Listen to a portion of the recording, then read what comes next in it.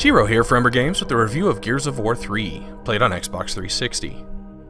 The end of Cliff Bleszinski's Gears of War trilogy, this cover-based, third-person, over-the-shoulder shooter puts us back into the power armor of Marcus Fenix and company, this time to rid the planet Sera of the Locust menace once and for all.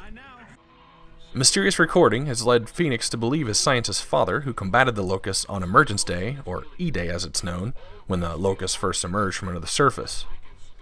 The substance known as emulsion has discovered that it's not just a fuel source, but also a source of corruption for life on the planet, creating the lambent locusts, but also with a few other surprises.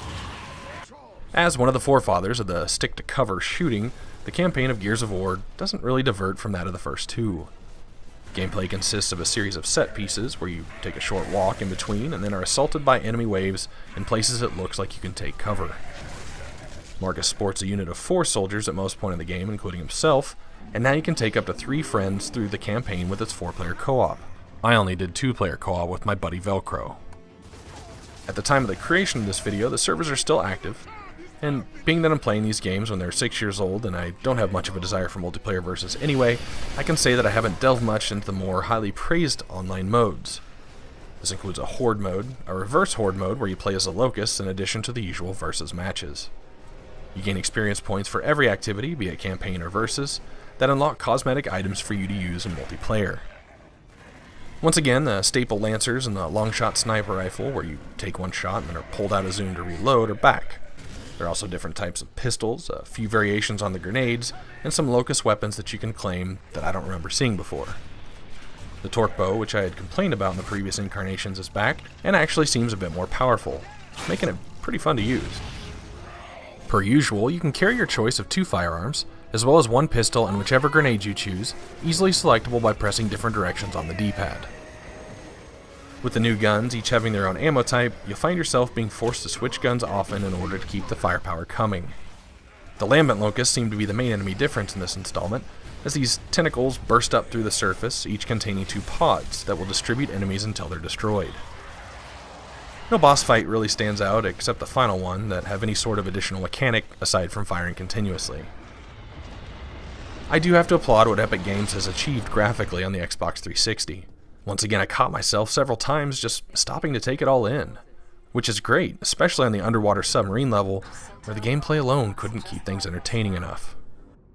I remember reading how heralded this game was for its amazing storytelling and the way that it wraps up the trilogy, and I really don't mean to sound like a hater or anything, but I'm not sure what was so innovative or groundbreaking.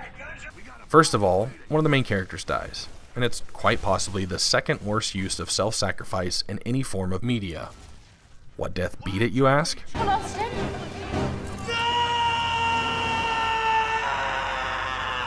Secondly, I have difficulty feeling any sort of emotional attachment to these characters in this game. I thought Gears of War 2 had a couple of powerful moments, more so than Fenix's angry grieving in this 3rd installment.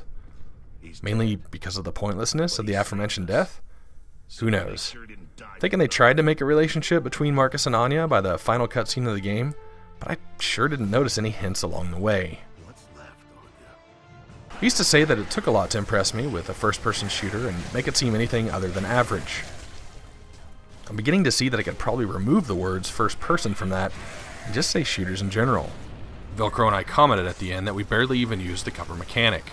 And granted, we were playing on normal difficulty, and it's probably more used the harder you get, but I always viewed the normal difficulty as the way developers want their games to be seen. So that excuse is invalid by that line of logic. And you're probably tired of hearing me say this by now, but Gears of War 1 felt like a tech demo where we were counting down the levels until it was completed. Gears of War 2 felt like they took that tech demo and made a great game out of it. And then 3 had our expectations set high again and ended up just being another, how much longer is this going to take, as the campaign took a couple hours longer than the previous 2. So with a longer 4-player campaign, several more online options, a beautiful world that you only get to see in a linear stop-and-go fashion, a variety of weapon choices that force you to switch often due to lack of ammo, a slightly bigger story with one-dimensional characters, and solid shooting cover-based mechanics, Gears of War 3 hits close to the average of 50 with a 56 out of 100.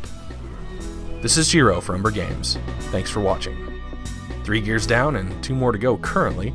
Subscribe for notifications of future videos or follow me on Twitter @Umbra Games.